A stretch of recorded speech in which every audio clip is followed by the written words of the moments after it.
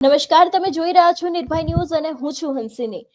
પ્રવીણ રામની સભા હતી, એની જ અંદર ગોપાલ ઇટાલિયા જે સમયે હતા એ જ સમયે એક ખેડૂત દ્વારા ગોપાલ ઇટાલિયા જે વિસાવદરના ધારાસભ્ય છે એમને સીધો જ સવાલ પૂછવામાં આવ્યો હતો, જે કેમિકલ વાળું પાણી આવી રહ્યું છે એ બાદ ઘણા બધા તર્ક વિતર્ક સર્જાયા હતા. એ જે ખેડૂત હતા એમના ફોટા છે એ પણ કોંગ્રેસના નેતાઓ સાથે દેખાયા હતા, પરંતુ આજે ખેડૂત સાથે સીધી જ વાતચીત કરવી છે. અત્યારે હાલ મારી સાથે પ્રકાશભાઈ પોતે જોડાઈ ગયા છે. સીધી જ વાત આપણે પ્રકાશભાઈ સાથે કરવી છે કે જે સમયે પ્રવીણ રામ બોલી રહ્યા હતા એ જ સમયે આ જે પ્રકાશભાઈ છે, જે ખેડૂત છે, એમને સીધો જ સવાલ ગોપાલ ઇટાલિયાને પૂછ્યો હતો કે કેમિકલ વાળું પાણી છે તે વિસાવદન અને તેના આસપાસના વિસ્તારોમાંથી આવી રહ્યું છે ને એ બાદ આપ દ્વારા ઘણા મોટા આક્ષેપો મૂકવામાં આવ્યા કે આ એક કોંગ્રેસના કાર્યકર્તા છે. જી પ્રકાશભાઈ, આ વિષયને લઈને શું કહેવા માંગો છો? બેન, હું કાર્યકર ખેડૂત છું. કોંગ્રેસનો કાર્યકર આજની તારીખે હું પ્રાથમિક સભ્ય કોઈ પણ પાર્ટીનો નથી.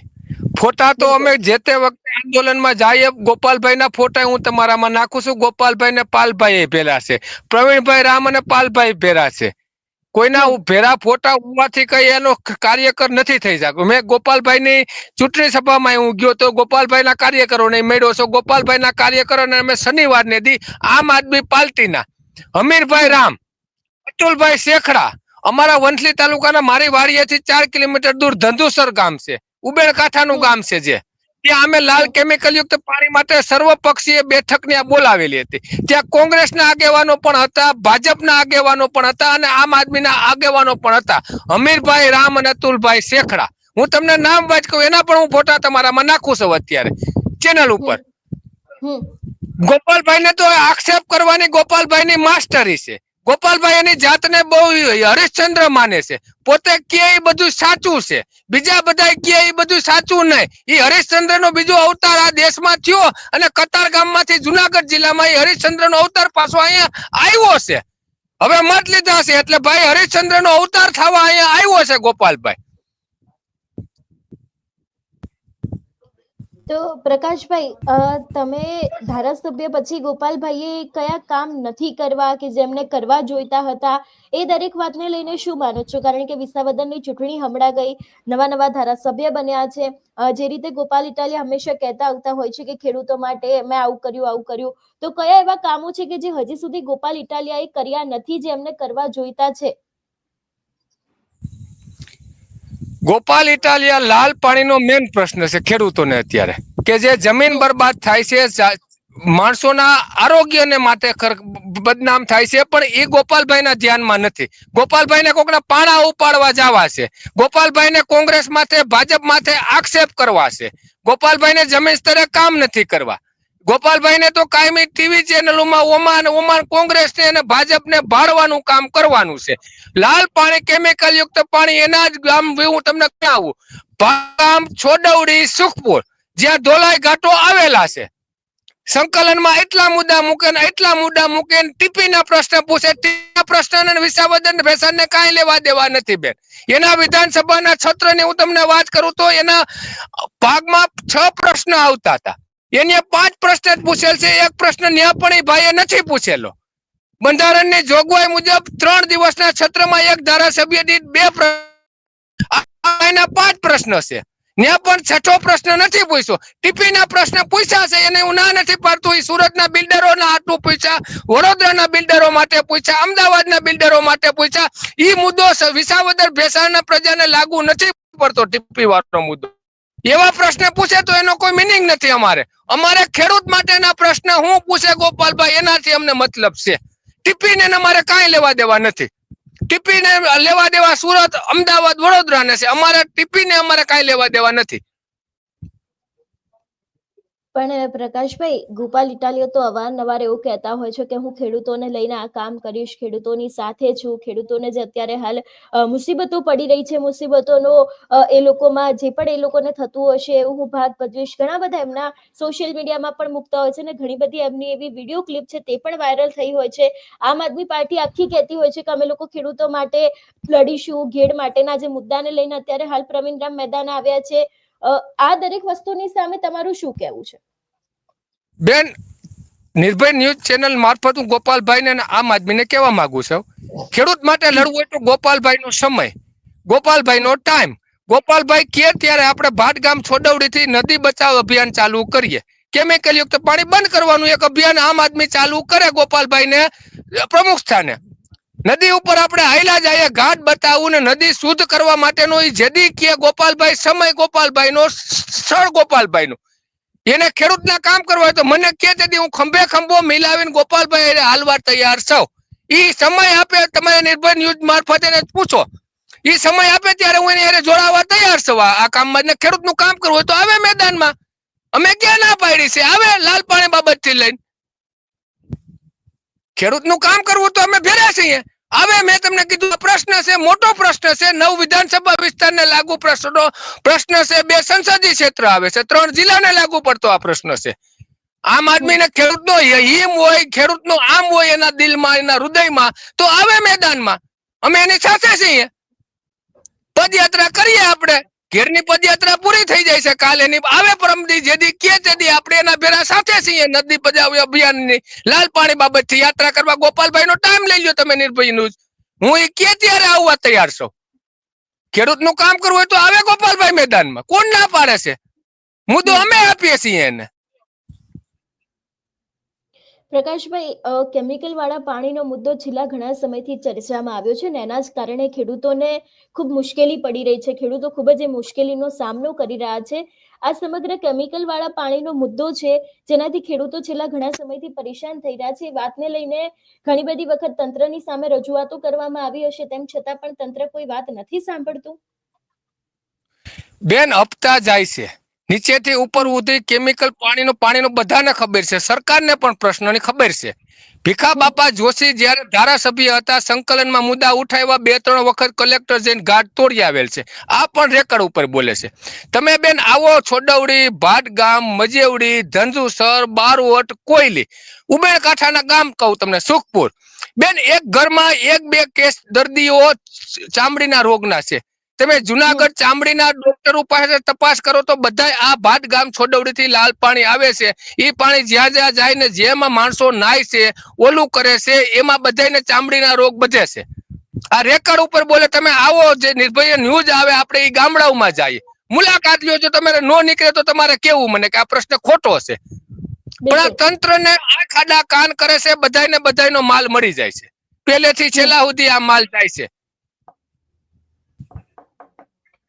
જી પ્રકાશભાઈ, ખાસ કરીને હું ફરી એક વખત વિસાવદરના ધારાસભ્ય ગોપાલ ઇટાલિયાનો એક સવાલ પૂછવા માંગીશ. તમારા દ્વારા એવું કહેવામાં આવ્યું હતું કે આજે લાલ કેમિકલ વાળું જે પાણી છે એ વિસાવદર અને એની આસપાસના ગામડાઓમાં પણ એટલું જ આવી રહ્યું છે, તો એને લઈને કેમ ગોપાલ ઇટાલિયા કશું બોલતા નથી? કે તમારા દ્વારા એવી પણ ચોખવટ કરવામાં આવી હતી કે મને કોઈ સવાલના પૈસા આપવામાં આવ્યા નથી, એવી પણ તમારા દ્વારા વાત કરવામાં આવી હતી. તો આ સમગ્ર વિષયને લઈને શું કહેવા માંગો છો?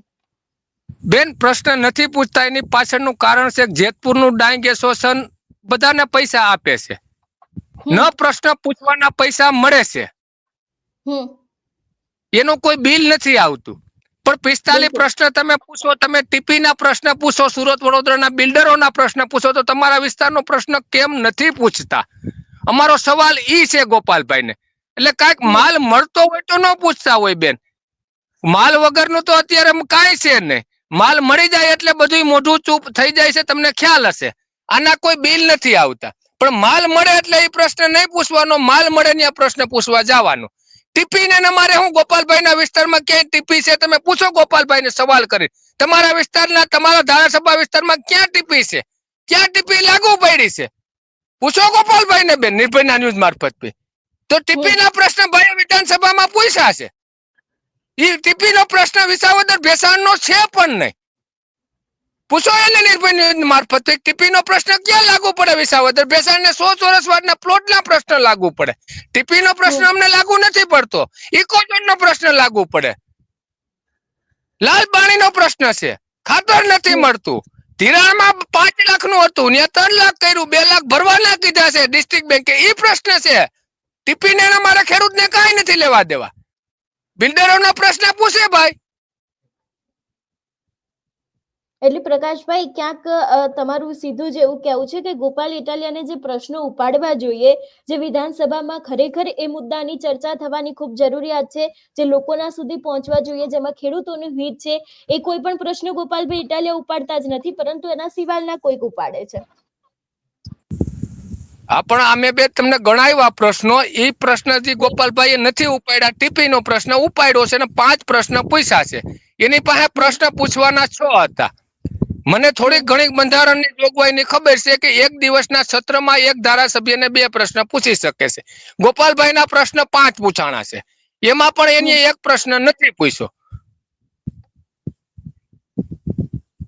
પ્રકાશભાઈ, તો હું ખાસ કરીને છેલ્લા ઘણા સમયથી ખેડૂતો છે એ લોકો ત્યાં ખૂબ પરેશાન થઈ રહ્યા છે લાલ પાણીને લઈને. તમે કહ્યું અમે લોકોએ તંત્રને રજૂઆત કરી, તંત્ર દ્વારા પણ કોઈ જવાબ નથી આપવામાં આવતું.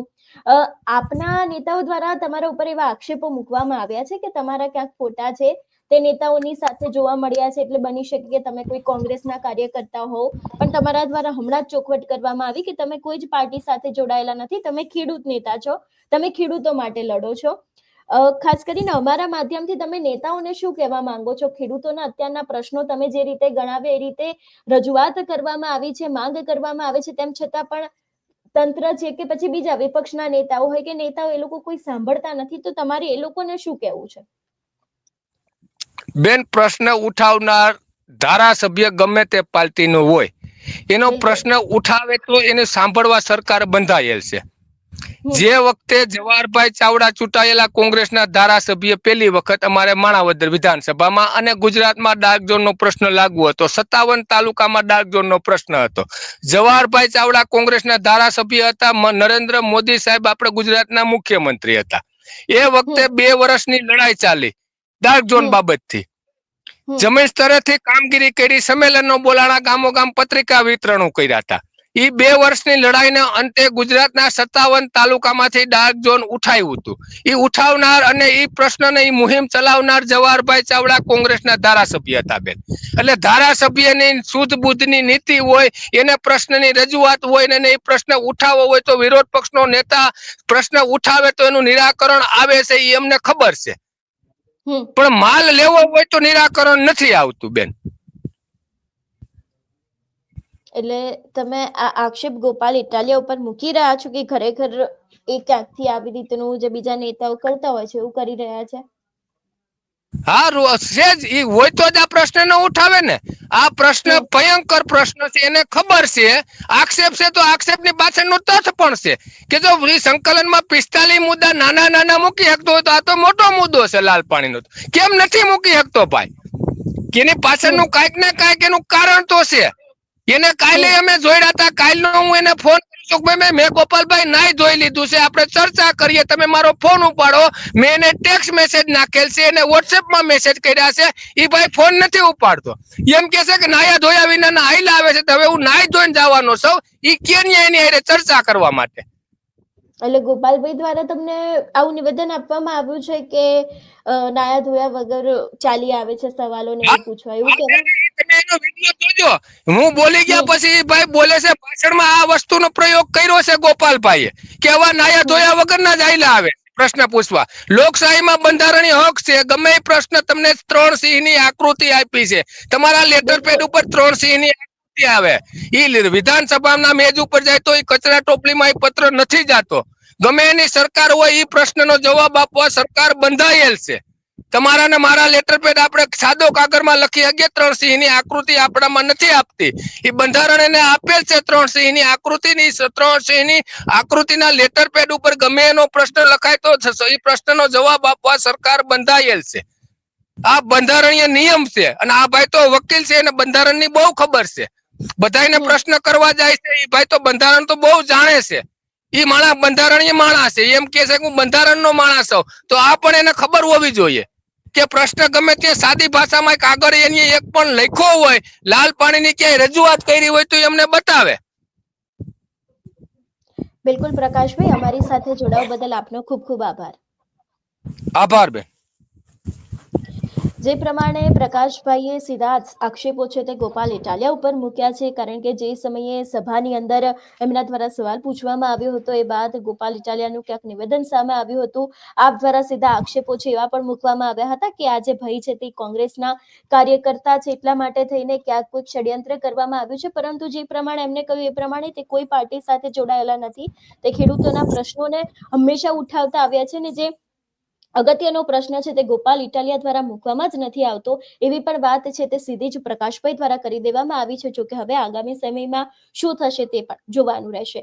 તમારું શું માનવું છે આ વિષયને લઈને અમને કમેન્ટ કરીને ચોક્કસથી જણાવજો. તેની સાથે અમારી ચેનલ નિર્ભય ન્યૂઝને લાઇક, શેર અને સબસ્ક્રાઇબ કરવાનું ભૂલશો નહીં. નમસ્કાર.